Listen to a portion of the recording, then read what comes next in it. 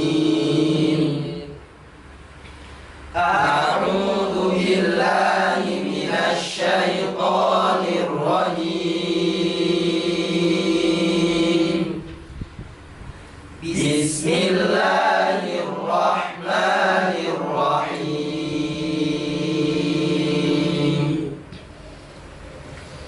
فما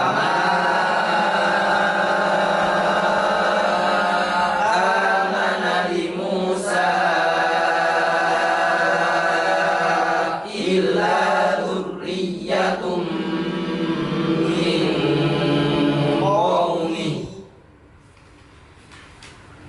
إلا ذرية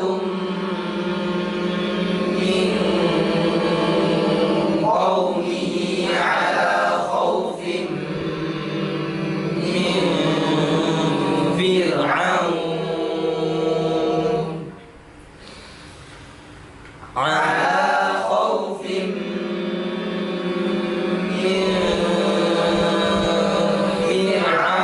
وملئهم أن يفتنهم وإن فرعون لعال في الأرض وإنه لمن المسرفين وقال موسى يا قوم إن كنتم آمنتم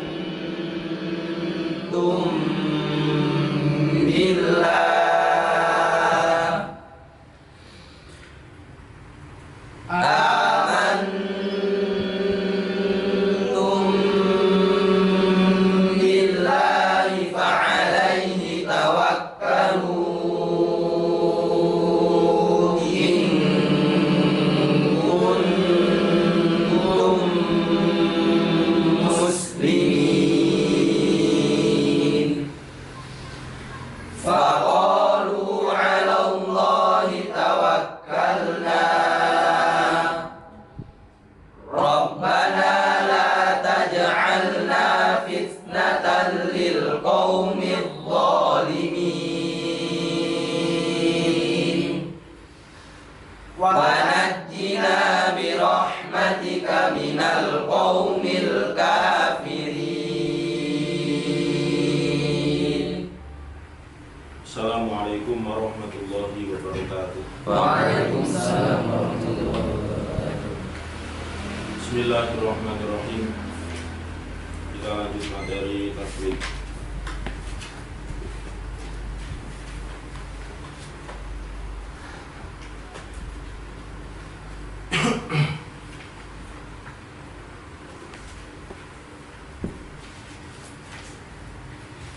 Di halaman 32.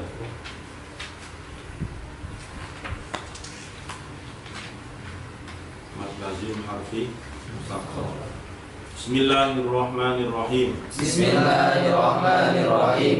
Mad lazim harfi musaqqal. Mad lazim harfi musaqqal. Pengarang Tuhfatul Atfal berkata, Pengarang Tuhfatul Atfal berkata, wal lazimul harfiyyu wal lazimul harfiyyu awwalas suwar awwalas suwar wujuduhu wa fi samanin hasor wa fi zamanin hasar yajma'uha hurufu kam asal naqas yajma'uha hurufu kam asal naqas wa ainu du wajhaini wa ainu du wajhaini wa tulu akhos. wa tulu akhos. Mat artinya panjang, Mat artinya panjang, lazim artinya pasti lazim artinya pasti, atau harus dibaca panjang, atau harus dibaca panjang, harfi artinya huruf harfi artinya huruf, atau terjadinya pada huruf, atau terjadinya pada huruf, dan musaqqal artinya berat dan musaqqal artinya berat karena terjadi idgham. karena terjadi idgham.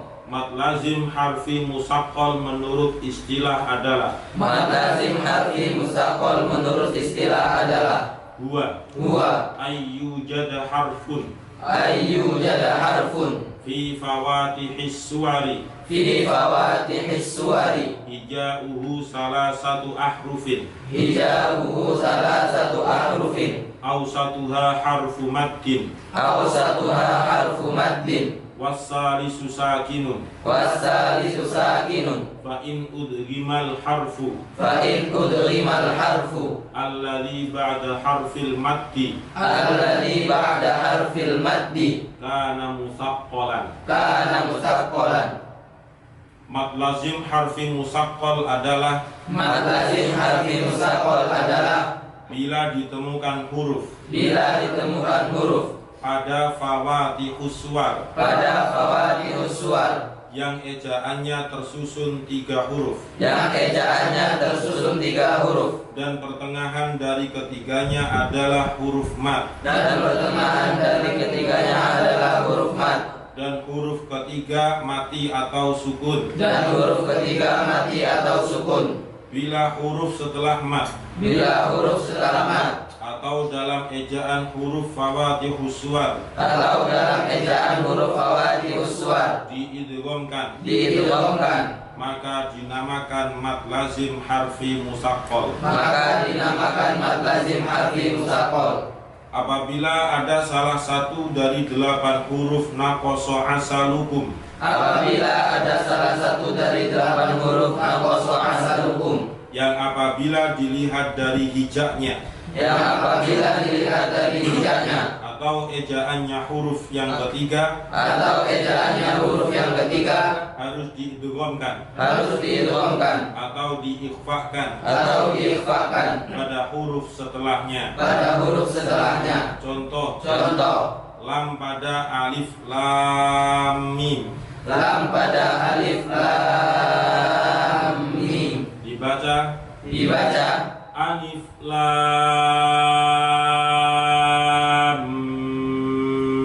mim. Alif lam mim.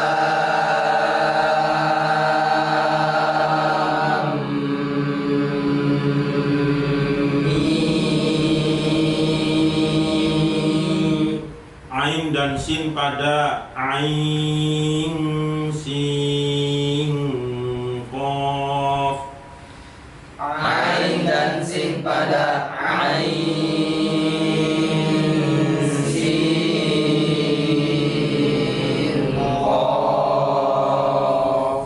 Dibaca ain sin qaf. Dibaca ain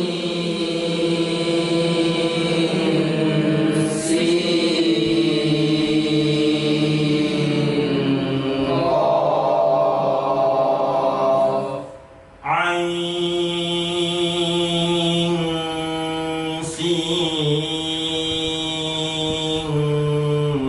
qaf. Ain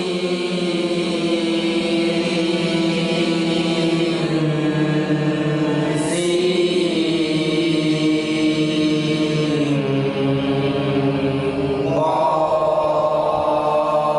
qaf.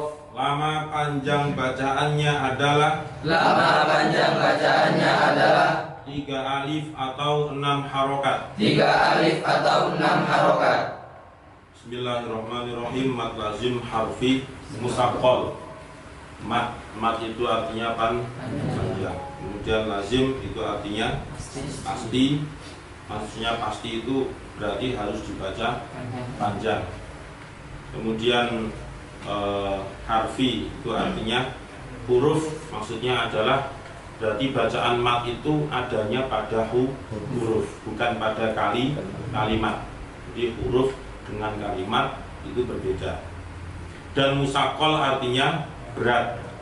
Berat itu dikarenakan ada bacaan yang mengandung dengung, entah itu idgham maupun ikhfa. Karena yang namanya bacaan idgham maupun ikhfa, dua-duanya itu pasti mengandung dengung. Nah, secara istilah yang dimaksud dengan mad lazim harfi musaqqal. Kalau tadi kan secara bahasa, mat itu panjang, lazim itu artinya pasti, kemudian harfi itu huruf, kemudian musaqqal itu berat.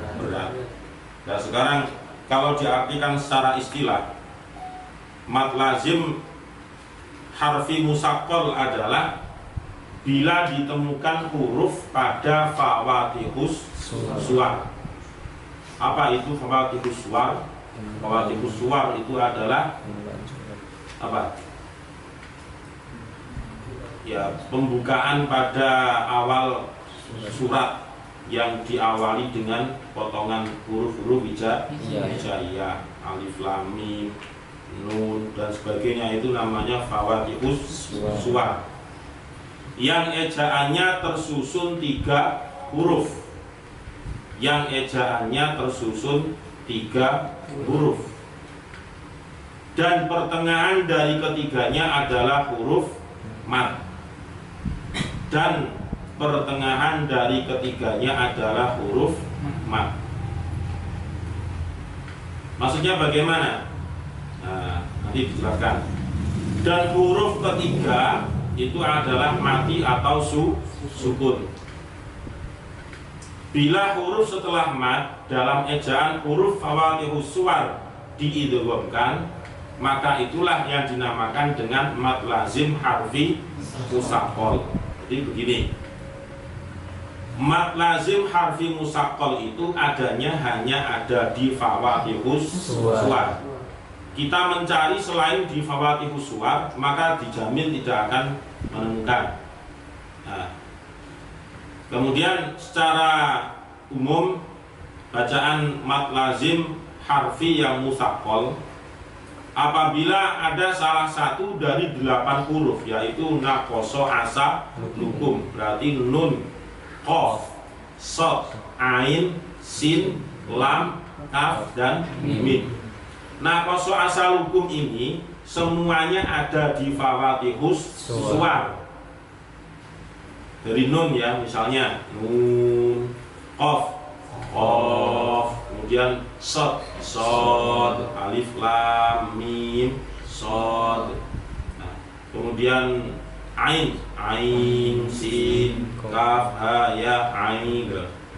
Kemudian sin, ya, sin. Terus udah ya, sin itu ya. Kemudian lam, alif lam mim, alif lam mim, shad, alif lam mim, ro. Kemudian kaf, kaf, ha, kafnya kan ada. Kemudian mim, alif lam mim, shad, alif lam mim, ro. Apa lagi? Udah. Itu semuanya ada di fawatihus suwar. Nah, tetapi tidak semua huruf yang ada di fawatihus suwar itu berarti disebut sebagai bacaan mat lazim harfi musaqqal, bukan. Yang dimaksud di sini adalah yang apabila dulu pernah sudah saya jelaskan kan di papan itu, alif lam mim itu kalau dipreteli kan alif, berarti tulisannya hamzah, lam, fa digandeng, kemudian diharakati alif. Nah, lam itu berarti lam alif sama mim, diharakati fathah sama sukun. Lah mim itu berarti mim ya mim, mim berarti diharakati kasroh, sukun dan sukun. Nah, maksudnya yang disebut sebagai ejaannya ya pada fawatihus suwar yang ejaannya tersusun 3 huruf. Mim itu kan ejaannya tersusun dari 3 huruf. Ketika alif lam mim itu dipreteli mimnya diperjelas, maka mim ya mim digandeng kabeh, diharakati kasroh, sukun dan sukun. Kemudian sin ketika dipreteli maka dia tulisannya sin, iya dan nun. Nah, itu yang disebut dengan yang ejaannya 3 huruf. Paham ya? Nah, jika ada fawatihus suwar kemudian ejaannya tidak sampai pada 3 huruf, maka dia tidak termasuk ke dalam mad lazim harfi mustaqol. Contohnya apa? Ro, nah itu kan cuma dua dia. Di samping itu dia juga tidak termasuk nakoso asa lukum, tapi dia masuk di fawatihus suwar, tapi tidak nakoso asa lukum, berarti kan sudah tidak masuk bahasan gitu. Nah, dari ejaannya huruf yang ketiga harus diidghamkan atau diikhfakan pada huruf setelahnya. Nah, setelah kita mengetahui ejaan dari masing-masing huruf fawatihus suwar yang 8 tadi, nah, kemudian dan pertengahan dari ketiganya adalah huruf mad, ya berarti sin, mim, apalagi ain. Nah itu kan tengahnya itu loh, kalau dipredeli kan ain ya nun, mim ya mim, terus apa lagi? Sin ya nun. Berarti kan tengah-tengahnya itu terdiri dari huruf mad berupa ya yang disukun, kan begitu ya, paham ya? Nah, dan huruf ketiga mati atau sukun, cocok kok. Huruf ketiga setelah huruf mad tadi, sin berarti nunnya sukun, mim berarti mimnya sukun, kemudian lam berarti mimnya sukun. Lam itu kan mim sukun jatuh setelah alif toh. Jadi lam, alif, kemudian mim. Nah, mimnya juga sukun.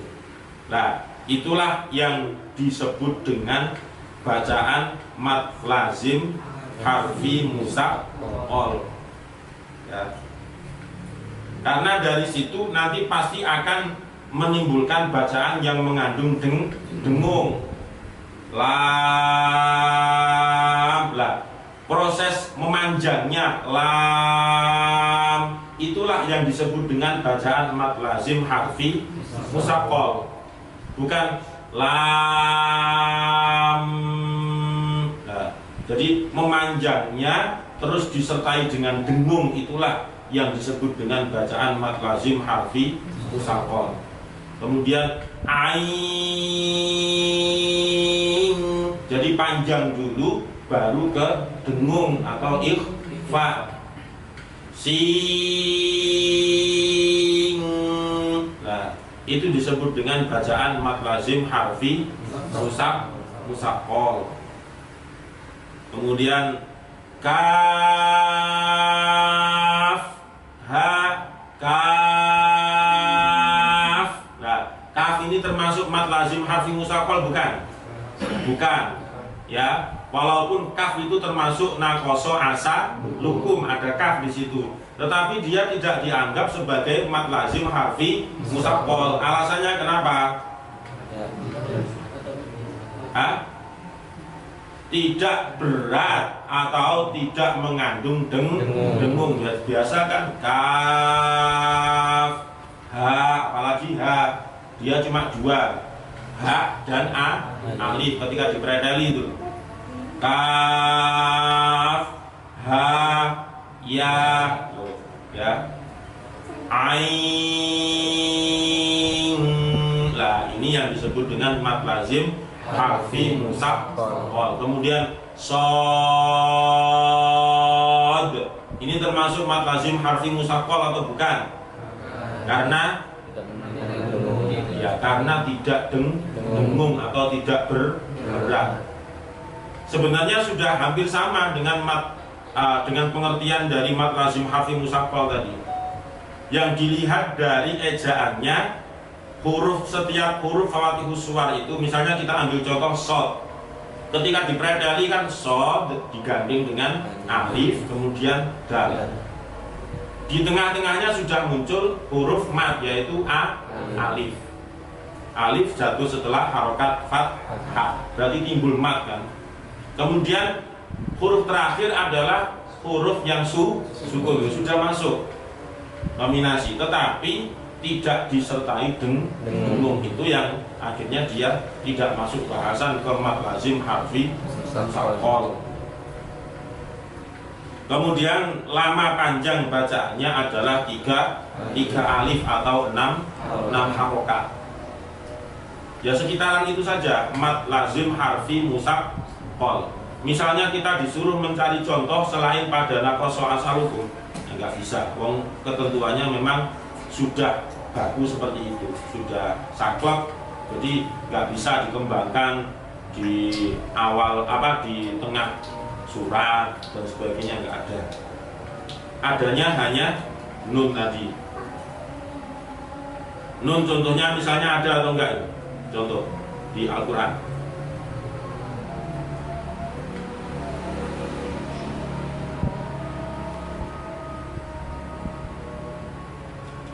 Nggak ada ya? Nggak ada. Kemudian qaf nggak masuk karena dia tidak berat atau tidak dengung. Kemudian shot ada nggak? Nggak ada. Dia masuk ke mad lazim harfi yang mukhafaf nantinya. Kemudian ain masuk, ya, ain sin nanti. Kemudian kaf ha ya ain masuk. Kemudian sin ain sin masuk berarti itu. Kemudian lam alif lam mim shad alif lam ro alif lam mim ro, berarti masuk. Kemudian apa lagi? Kaf nggak masuk karena dia huruf terakhirnya tidak mengandung dengung. Kemudian mim ada nggak? Mim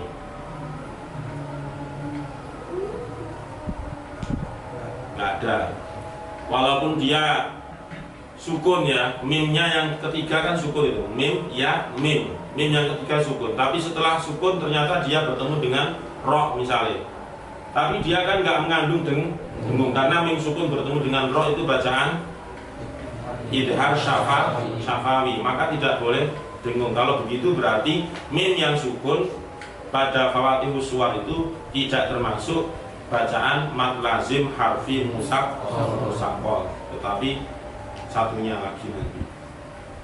Udah, mungkin ada yang perlu ditanyakan, silakan mengenai mad lazim harfi musaqqal.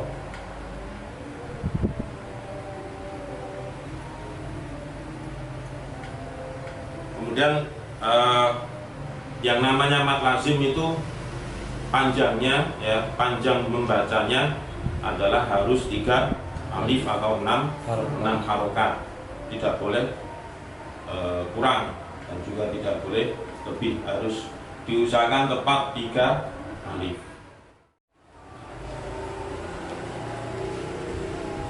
Wajib syar'i dilakukan berpahala dan disiksa jika meninggalkan. Ulangi. Wajib syar'i dilakukan berpahala dan disiksa jika meninggalkan. Ya, itu wajib syar'i. Terus yang satunya sonai dilakukan lebih baik dan jelek jika ditinggalkan. Jika orang yang meninggalkan akan ditakzir sesuai dalam bidangnya. Ya. Jadi wajib sonai, artinya wajib sonai itu kan berarti memang itu hasil ijtihad dari ya ulama Al-Quran, ulama tajwid, bukan ketentuan langsung dari Allah, itu bukan, tetapi itu sebuah ijtihad dari orang Islam yang sudah mumpuni keilmuannya sehingga sehingga bisa dipertanggungjawabkan dari hasil ijtihad tersebut, dan akhirnya orang Islam yang lain bisa mengikuti dari hasil ijtihad itu yang disebut dengan wajib sonai. Jadi misalnya ada orang yang membaca Al-Quran tetapi tajwidnya nggak tepat, itu namanya bukan wajib syar'i tetapi wajib sonai. Nah, ketika berkaitan dengan wajib sonai, maka orang yang tidak tepat baca Al-Qurannya itu tidak berkaitan dengan artinya bukan takzir, tidak berkaitan dengan surga atau nerakanya Allah gitu. Nggak sampai ke sana. Tetapi berkaitan dengan hukuman takzir. Misalnya ada guru Al-Qur'an, kemudian muridnya diminta untuk membaca Al-Qur'an, ternyata di situ salah. Nah, ketika salah sebelumnya sudah dikasih tahu salah 3 dalam satu ayat berdiri. Nah, itu namanya takzir. Dan munculnya takzir itu dibenarkan dalam wajib sonai. Tapi kalau wajib syar'i, orang yang meninggalkan sholat duhur, ya, meninggalkan sholat duhur, ya, berkaitan langsung dengan wajib syar'i, langsung berhubungan dengan Allah Subhanahu wa Ta'ala, yang artinya nanti kan antara yu'aqabu, yaitu disiksa, atau apa namanya, yusabu, atau dikasih pahala, ya. Ujung-ujungnya kan antara surga dan neraka. Itu wajib syar'i.